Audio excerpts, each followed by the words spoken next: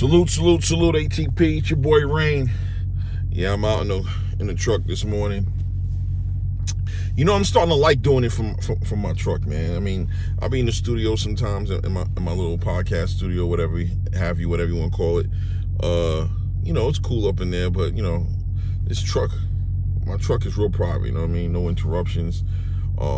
And I feel like I think clearer in here. You know what I mean? I'm understanding why Blue does it from his truck. It makes a lot of sense.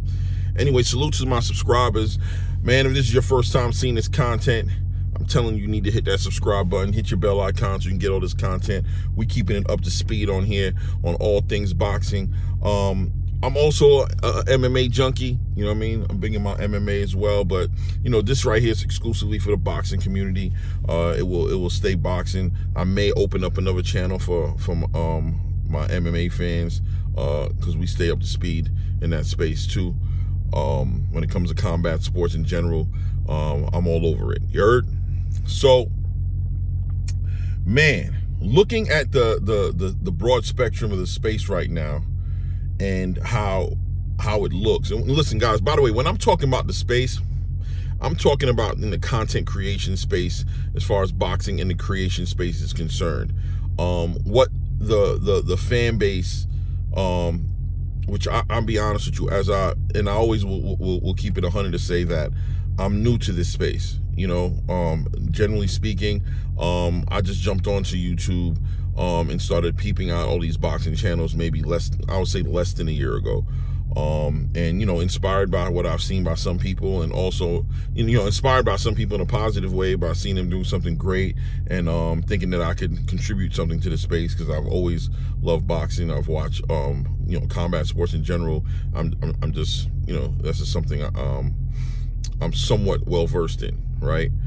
But also inspired by the amount of content creation spaces that I see, just our casual fan base hubs. You know, people who are just have channels with thousands of followers, and you know what I mean, you know, hundreds of thousands of subscribers, just to fanboy one fighter or one of 3 or 4 fighters that that they hold in high regards, and pretty much as you watch and notice as you move along, that they really have no real roundabout passion for the sport, as far as the hundreds, if not thousands, of other fighters that are in the space attempting at greatness as well. You know what I mean? I would say at least 50, right?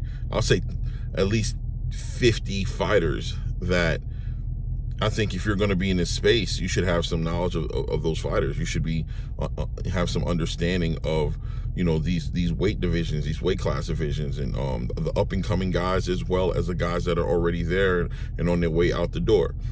And I digress to say that it inspired me to make my own channel, because at the end of the day, you can't tell somebody how to run their channel, right? You going up to somebody else's content creation space and trying to dictate the way their information is being delivered. That's just insane, right? Doesn't make any sense.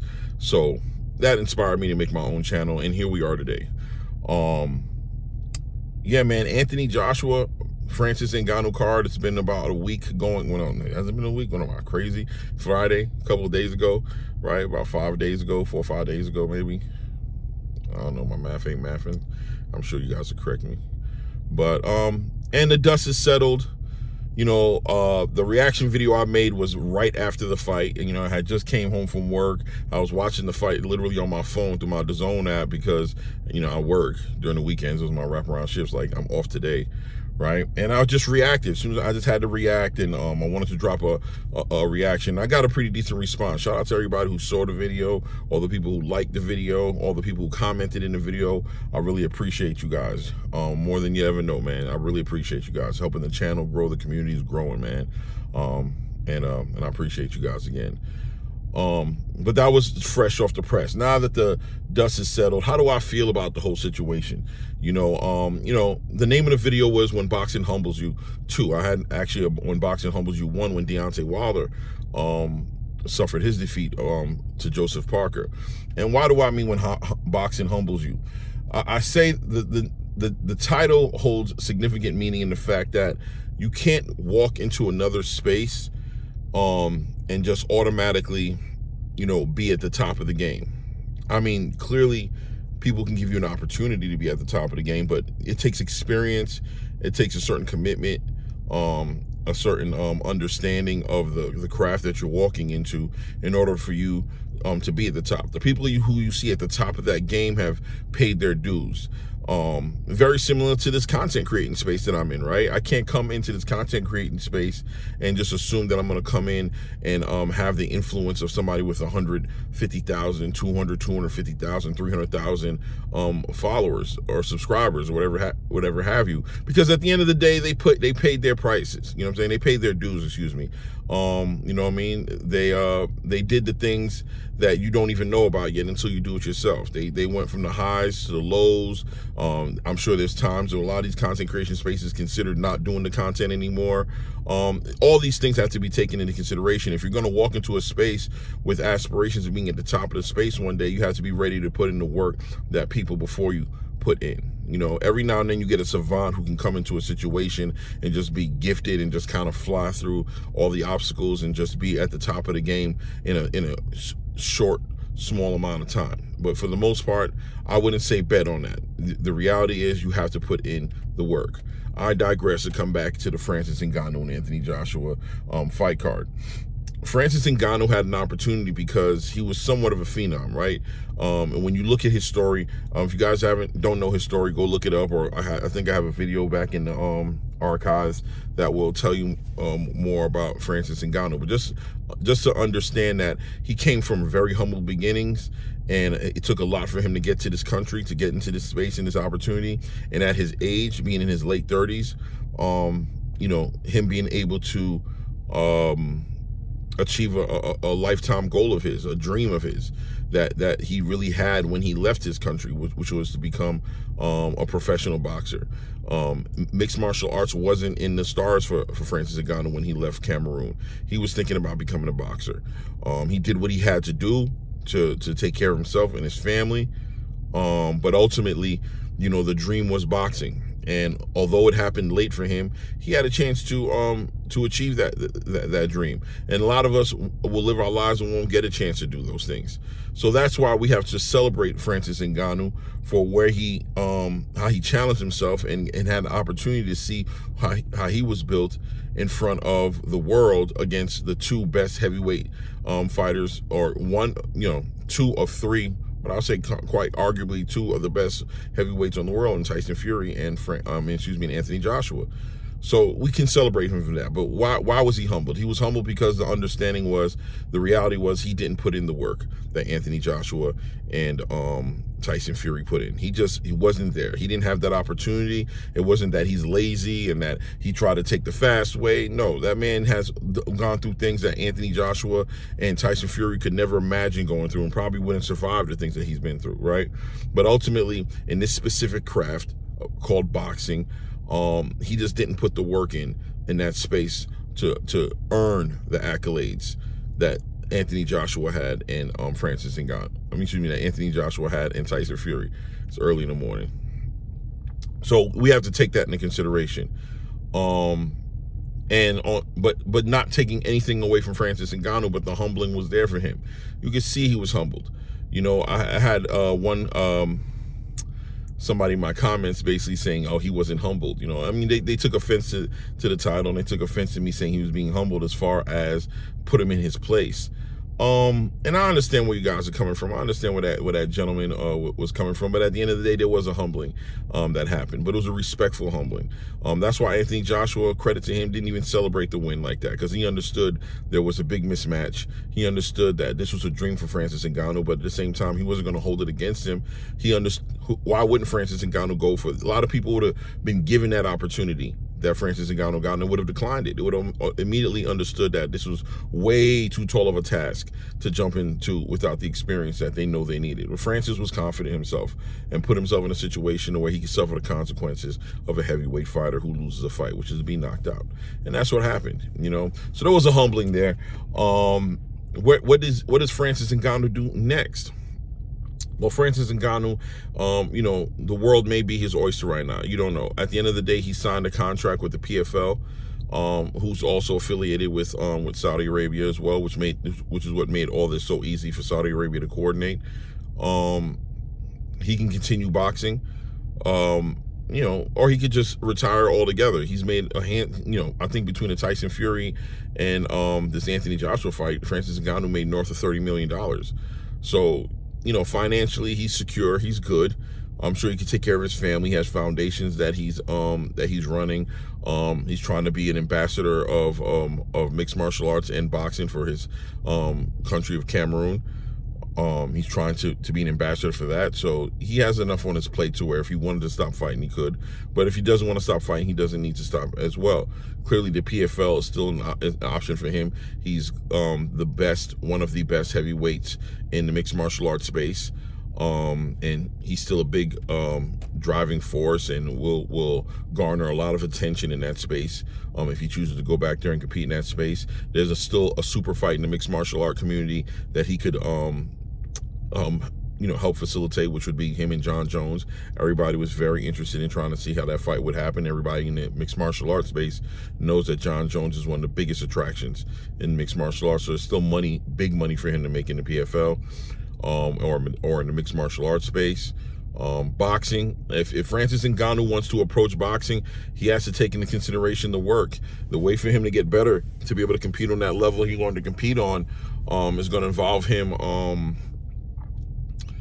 taking fights that are more on his level, taking fighters that are at, not top 10 fighters, but at the same time, with all of the attention he's garnered and all the star qualities that he has in his space, and combine that with his age, I'm sure that would be difficult for him to just sit there and start fighting nobodies again. And I don't want to say nobodies to disrespect anybody in the space, but just to say, if he gets into a fight, there's a good chance Francis Ngannou is going to be on a pay-per-view. And if he's going to be on a pay-per-view, his dancing partner has to call for that type of attention to be on a pay-per-view as well, which puts him at a disadvantage, because most of the people who be fighting, who they'll be trying to line him up against, will be people with decades of experience over him.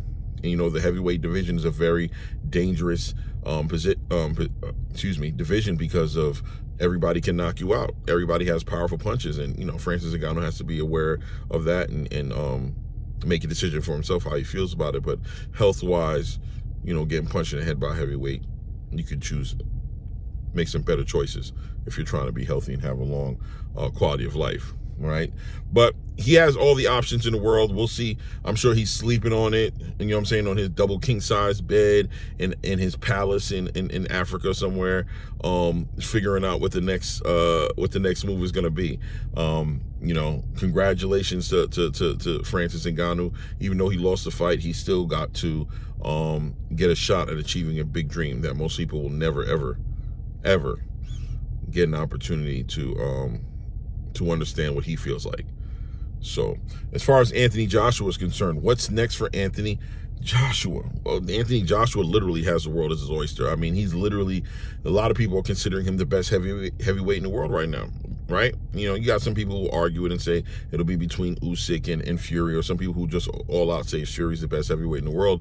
But that performance that Anthony Joshua did against Francis Ngannou, although some people are going to try to discredit that performance because it was against a mixed martial art guy, I think most people acknowledge the threat that Francis Ngannou did provide in that ring. And also considering that Francis Ngannou performed the way he did against Tyson Fury, there's other ways this fight clearly could have went. And Anthony Joshua not only beat Francis Ngannou, that's not the big accomplishment. The big accomplishment is the way he defeated him, right? He dominated him from the first bell ringing, and by the second round had him completely unconscious, as a lot of people will say had Francis Ngannou in the shadow realm, right? So literally, he's big money in the heavyweight division, probably the biggest attraction in the heavyweight division right now. And he could do whatever he wants to. Now, clearly he has his eyes on the winner between Tyson Fury and Alexander Usyk. But, you guys should know, if you don't know by now, that Tyson Fury and Alexander Usyk will be showing up to fight each other, and there'll be a crowned undisputed heavyweight champion in May. I think May 18th or 17th. Don't quote me. But at that point, according to Turki Al-Sheikh, the winner of the Francis Ngannou and Anthony Joshua fight, we're going to be a mandatory or have rights to whoever won that fight to get an opportunity at the at the I would say undisputed, but also it'll be unified more than likely. It'll be unified more than likely because why? Because the IBF may be interested in stripping whoever the champion is of that belt if they don't defend it, because that mandatory will be coming around. So they'll have some step aside money they'll be having to pay. It all depends on how the IBF, as far as the sanctioning body, wants to handle it. But worst case scenario, the winner of Anthony Joshua and Francis Ngannou, who was Anthony Joshua, would get rights at whoever the winner was of Tyson Fury and Alexander Usyk. As far as the titles, at a minimum, get an opportunity to be a unified heavyweight champion. And obviously in the ideal situation, be the undisputed heavyweight champion. So he has rights to do that, but also Tyson Fury and Alexander Usyk, from my understanding, have a rematch clause in their agreement, similar to the Terrence Crawford and Errol Spence situation, right? So if, let's say Tyson Fury wins that fight and Alexander Usyk may choose to activate that rematch clause, that pushes the meeting with the winner of that fight out a couple of months. So very realistically speaking, Anthony Joshua may very well have to wait until 2025 in order to get in position to challenge whoever wins that match. So does he sit back and just wait and don't risk losing his spot by losing against another fighter, or does he stay active? Because Anthony Joshua for the past 11 months has had 4 fights in the past 11 months. That's very impressive, and also has a lot to do with why he was so dominant against Francis Ngannou. He was super active last year, and I say it all the time, and I'm going to keep on saying I don't care. Activity. A lot of these fighters that you're seeing, inactivity is destroying their careers. They're becoming dull. You're only good as the last guy you beat. And how do you get better if you're not competing, right? You get ready in the gym. You don't get better in the gym. You get better in the fight. You just get ready in the gym. Don't let that go over your head. So, does he stay busy? And if he stays busy, what would his next fight be? If it's not going to be if it's not going to be Tyson Fury and Alexander Usyk, who would it be? Well, a lot of people are going to throw in one of the obvious names in the bag, which is going to be Filip Hrgović, right? Filip Hrgović is a big factor, a big heavyweight fighter, defeated Zhang before. He's undefeated right now, and he's definitely in the run to make a run for these belts as well. That would be a big challenge for Anthony Joshua. Also probably a lot of money, because Filip Hrgović, he's pretty well known. Felipe Hrgović, however you say it. So that's an option for him. Another underlying option for him would be Deontay Wilder, right? Even though Deontay Wilder is coming off of a loss, a dominant loss, where Joseph Parker really exposed Deontay Wilder, in my opinion. But that fight has a lot of history behind it. A lot of people have been wanting to see Anthony Joshua and Deontay Wilder for a long, long time. So there's an opportunity there for him as well to make a big money fight with Anthony Joshua. I'm sure Turkey would have no problem facilitating that as well. I believe I'm hearing rumors, well, don't quote me, but I think Deontay Wilder should be fighting in the next couple of months. I've heard rumors of Daniel Dubois in there, but I don't know. Deontay Wilder has options as well. But if the stars align, maybe Anthony Joshua could be part of that conversation, or obviously Filip Hrgović, or maybe Anthony Joshua may choose to sit back, rest, and take the year off, which I would understand because he had such a busy year for the past 11 months. But at the same time, like I said, inactivity, killing these fighters. Activity is the key. So he has to make the best decision that's going to make sense for himself, how he wants to handle it. In this fight with Francis Ngannou, he took no damage. I'm sure he could fight today if he had to. He's in shape. I'm sure he's going to stay in shape and stay in the gym. So, the world is his oyster as well. And we'll see how he carries it and what decisions he makes. But yeah, at the end of the day, when boxing humbles you, anything can humble you. It's not a negative thing to throw any shots at any particular one person, but just a matter of fact is all it is. It's just a matter of fact of what happened that night. And wish both gentlemen. I love the way they handled the fight after the fight. Beautiful. The sportsmanship was there. The respect was there, even in the post-conference. Anthony Joshua showed a lot of face of boxing energy. And what do I mean by face of boxing? Well, how I like boxing to be represented, what I see in the sport. The honor, the respect that two fighters have for each other after they fight each other and after they share that space in that ring and they put their lives on the line. There has to be some sort of respect there, and you saw that between Francis Ngannou and Anthony Joshua, and a lot of it was Anthony Joshua leading the way in that energy, right? Anthony Joshua showing, listen, nah, man, this is a champion, and he shouldn't quit boxing. This is a learning process. Not everybody can do this. You got to respect the man who jumps in the ring like that. The way I knocked him out, most of y'all you couldn't even take it. You wouldn't even be at the pro press conference. You wouldn't even be able to shake my hand as a man and say, good fight, man. Good fight. It is what it is. So you got to respect that from Anthony Joshua. He showed face of box energy. From my perspective, it was face of boxing energy.